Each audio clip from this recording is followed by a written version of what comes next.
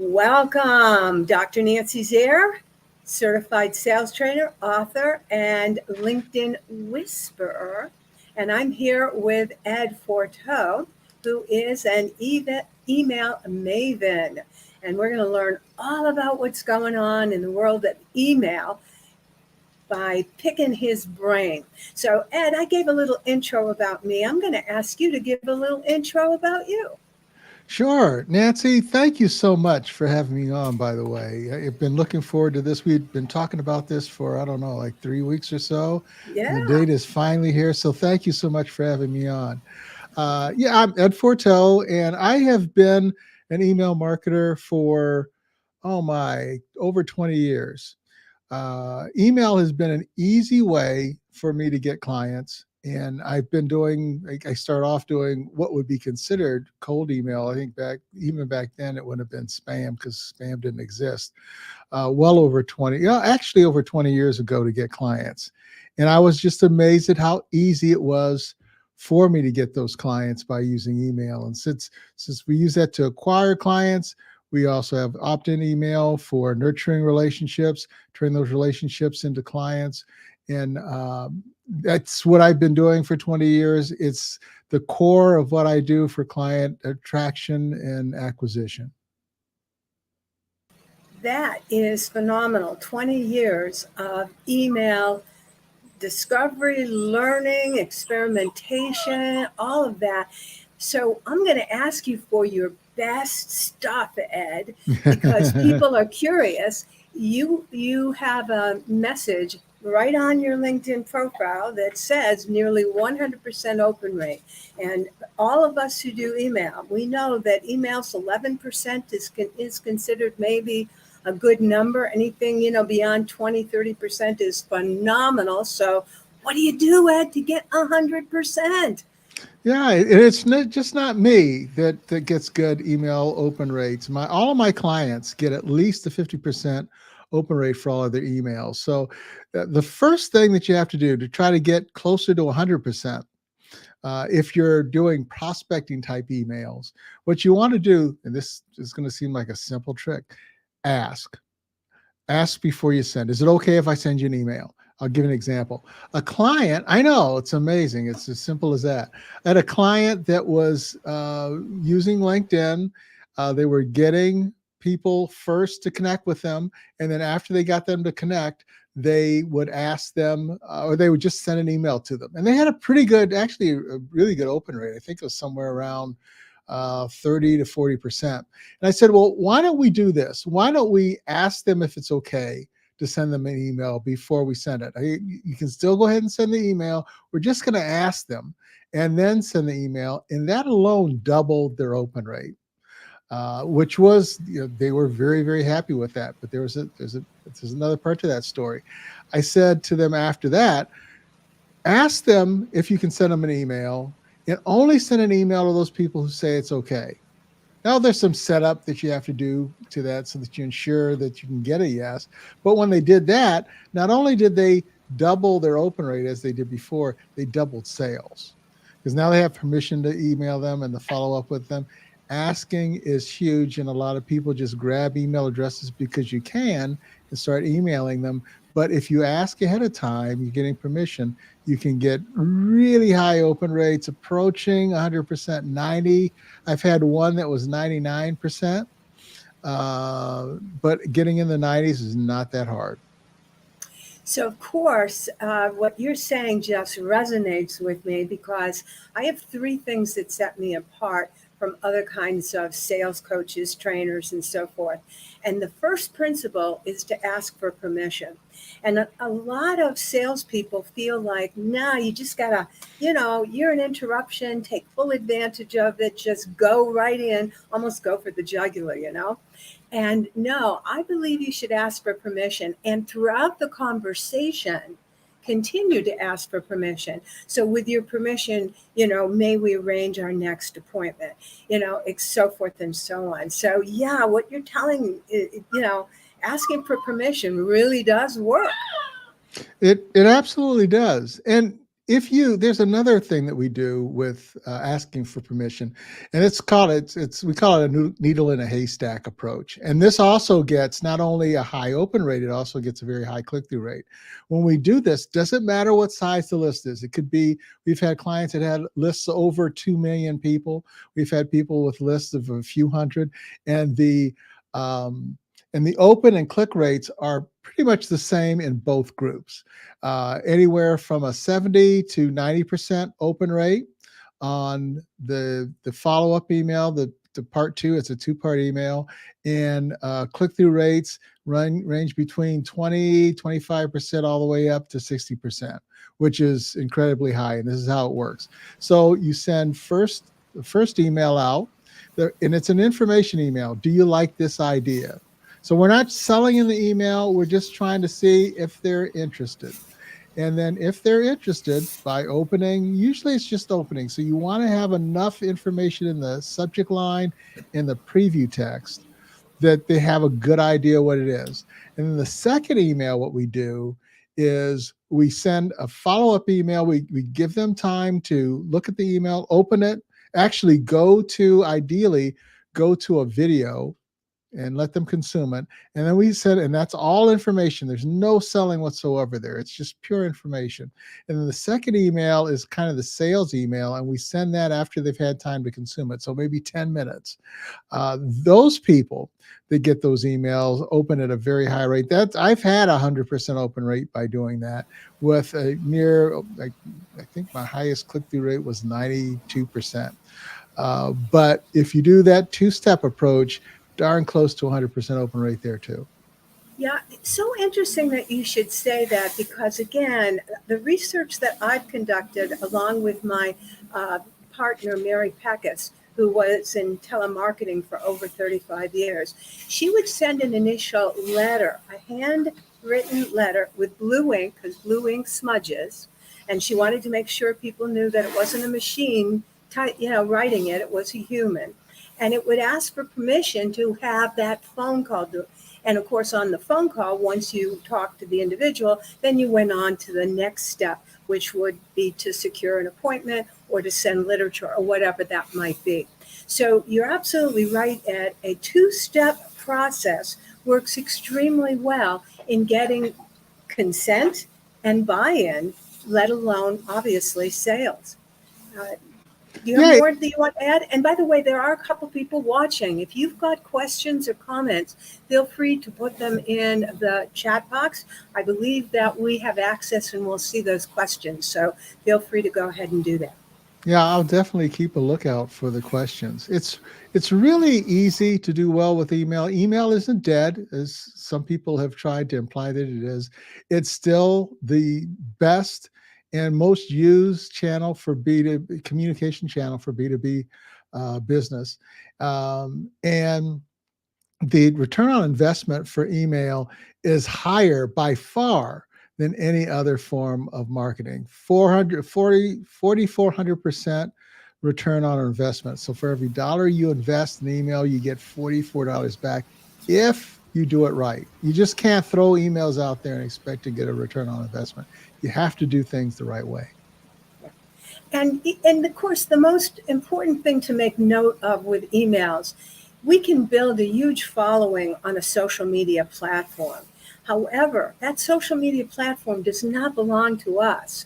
And should it go off air, should there be some technical glitch, or, for example, if you find yourself in LinkedIn jail, which Ed and I have recently experienced a pause in our LinkedIn activities, you're not able to communicate with the people with whom you have built a relationship. Hence, email is the most secure way of keeping in touch with people. Would you agree? Absolutely. There's a marketer by the name of Mark Firth, and I was in or involved in his weekly coaching, 1 week coaching program that he ran. And he had mentioned one thing that resonated with me because uh, just before that, I did run into a problem in getting my account restricted, in that you don't want to build your house on rented ground. And that's exactly what you do when you're depending on any social media platform. Doesn't matter what it is, and your entire presence is built on that social media platform. You need to get people on an email list that you own and control, start getting people coming to your website. But if they're on your email list, you can communicate with them anytime you want. It's the best place to get any of your connections. Right, right. Well, speaking of platforms, that's exactly how you and I met. We've met through LinkedIn, and I'm a big believer in developing relationships in LinkedIn. I would not have gotten to know Ed, and we would not be collaborating as we now are had it not been for social media and our ability, because we don't live in the same state and so forth. I don't know that we run in the same circles, so it was really vital that we connect here on social media. Want to comment more about that? Yeah, Nancy, I believe that relationships drive businesses. And a lot of times on LinkedIn nowadays, what we're seeing is transactional. I wouldn't even call them relationships. Everyone's trying to do things on a transactional basis. So someone meets with you or someone does your connection request, and the very next message you get from them is a sales pitch. Or would you like to meet for 15 minutes? I don't know the person. I just connected with them. I don't know what they do or what they sell. They're going to try to help me by, I call all these people do-gooders that are trying to sell me something to help me grow my business. But that's not a real relationship. That's a transaction that's trying to occur. And you and we talked a couple of times before we got to this point, and then we started to talk about like my process: make friends, talk shop, do business, and we followed that process. We made friends. I think you might have gotten my content amplification interactive brief and had gone through that. Uh, we talked a little bit about that. We talked shop. We both have this affinity towards personality styles and understanding how to sell personality selling. You wrote the book on it, which I bought after we had our first conversation. It is an excellent book, by the way. And then we did business. But in the meantime, what did we do?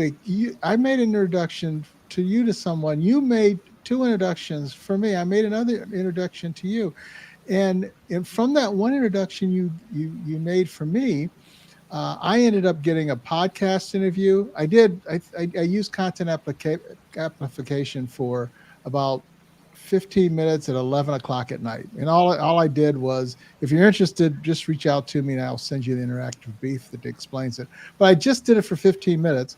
And it was from that 15 minutes, I got a podcast interview, I got two meetings, and I closed the sale. I got a sale the very next day. And that's just from us building a relationship. We didn't rush it. We talked many times on, I think, email and also on LinkedIn. We supported each other's content, but we actually have a real relationship, and from that we've both benefited from it. Yeah. Yeah, I had posted what Karen Radcliffe indicated, that, of course, it's a two-way street. Relationships are a two-way street. If they're just a one-way, which is often what transactions are, you need what I've got. Well, that's where it falls flat. So, yeah, it's a two-way street. Uh, Someone had come on. I saw something. I don't know if there's a question. I don't see it in chat.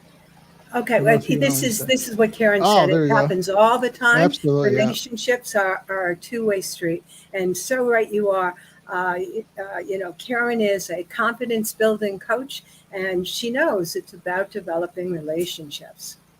If you're going to have a real business, you have to be good at developing relationships. I know that we were talking about the personality styles, and the person who was I guess I don't know if it would be a D type personality, but they're transactional based. They really can't see things beyond a transaction. Those people are hardcore salespeople, but people who build a business, I like to call them deal makers, because you're looking to create a deal with somebody. It's usually a win-win situation, and it comes from building a relationship. Those are the people that hire salespeople. Salespeople are always working for themselves.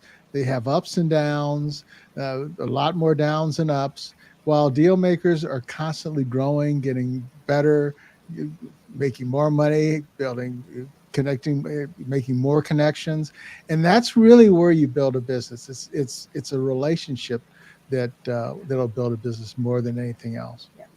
And Darlene Petrie also chimed in about she loves the formula. And she and I, by the way, have made that connection and that relationship, and then we're able to do business and collaborate. So yeah, this is the key to it all. So again, the secret sauce to email marketing, it's ask for permission, only send emails to people who opt in. It isn't just an opt in, but actually genuinely want your email. Ed, when I heard you say that, and I bet there are people in the audience watching this who are also thinking the same thing, it's that fear of missing out. But wait a second.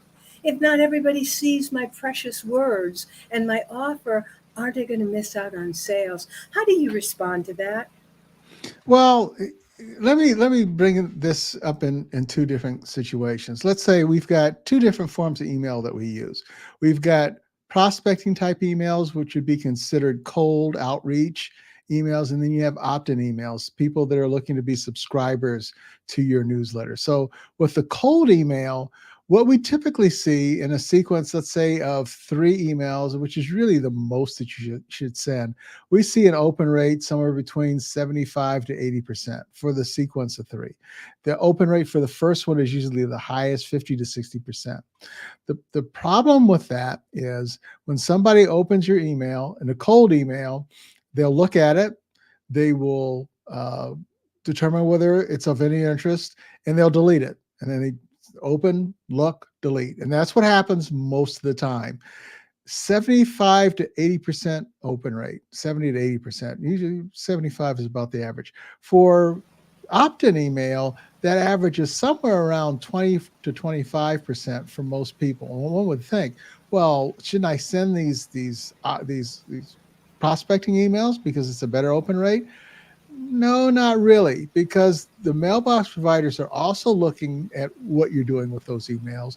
They see that they're received, they're open for a short time, and they're deleted. So they're thinking, excuse me, they're making an estimation that these emails are either not wanted or they're promotional. And because of that, I lost my voice here. Because of that, they start putting your emails either in the promotional tab where they're Yeah. less likely to be seen, or they move them to It's spam. so true. It's so What? true. Well, we have a question, so I'm going Oh, to sure. interrupt you. And the question is generate a meeting of minds. What would you recommend to do this via email? How can you generate a meeting of minds via email? What I do is I do a two-step, and it doesn't matter whether it's opt-in email or if it's prospecting email. If it's a prospecting email, what I'm trying to do first is find out, is there an interest in what I'm offering? It's very easy to do with LinkedIn. With LinkedIn, if you have LinkedIn Sales Navigator Advanced, they have something that they call buyer intent. So you use that buyer intent filter to determine, all right, here's a list of people that have an interest in this thing. Like for me, it's email. So I can find out in the last 90 days if they had an interest in email. And then from that, I can send them an email if I wanted to email them. There's other ways to do it that I think are more effective than doing this cold email outreach. I can see if there's an interest in this thing. So what I do is I look at their buyer intent, and I try to ask myself, what question do they have that they're trying to find an answer to? I offer to provide that answer to them, and if they take the bait, if they go, yeah, please send me the answer, I'm looking for that. Now I can have, as you were saying, a meeting of the minds. We're talking about something that they have an interest in. You can do That's kind of the same thing with opt-in. Just there's some slight nuances, but that needle in a haystack approach works for just having a great meeting of the tip. minds. Last question's coming from Darlene. She's wanting a suggestion for a catchy first line. Don't we all? That doesn't sound salesy. And but at the same time, doesn't say, the usual transactional message. Do you have some suggestions? Yeah, more of a format than anything else, really. So keep in mind, you want to keep your your subject line short, 2 to 4 words max. And then you want to keep your first sentence, which a lot of times I put that above the salutation, up to 5 to 6 words, because that would be seen in the preview text, whether it's Outlook or any mobile device. And you don't want to make that subject line promotional. You want to make it seem like it's something to do with their business, something that they feel is important to look at. And if you can use a subject line that's based on current news or some current trend or something that's just currently happening in their industry, even better. Yeah, all better. Well, guess what? 20 minutes have flown Wow, by. It's come and gone. it And did.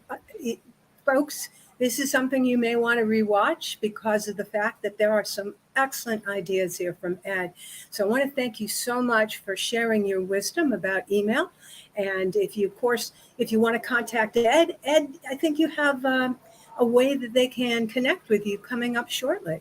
Yeah. Reach out to me via LinkedIn. Just look me up on LinkedIn, Ed Forteau. The other thing that I wanted to mention is that next week I'll be publishing a newsletter called Business Rainmaker. I actually had that domain name for years and I let it go, and then I was able to get it back just recently.